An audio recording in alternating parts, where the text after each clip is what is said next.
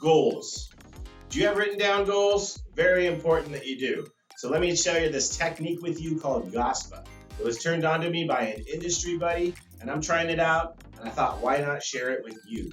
As in the Gospa according to Garrick, or the Gospa according to you.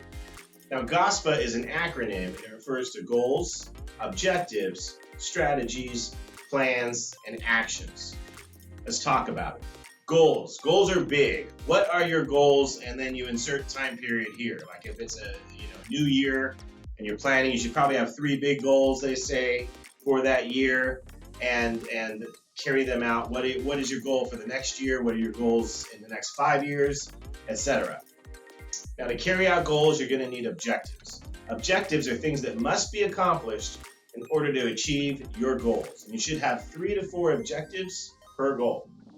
Strategies. Strategies are methods that you are going to use to accomplish the objective on the way to achieving your goal. Plans and priorities. Throughout the planning process, you must know what are you going to do first, right? What are you going to do second?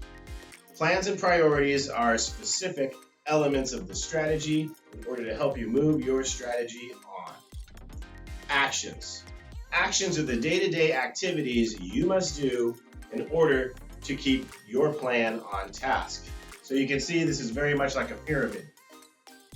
Now, if you plan the process thoroughly, each action will be determined by your current plan, which will lead you to accomplishing your strategy.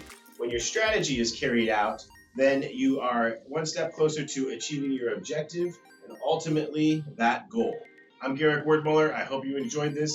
Please comment on your G.O.S.P.A planning, like, subscribe, etc. Thank you for watching.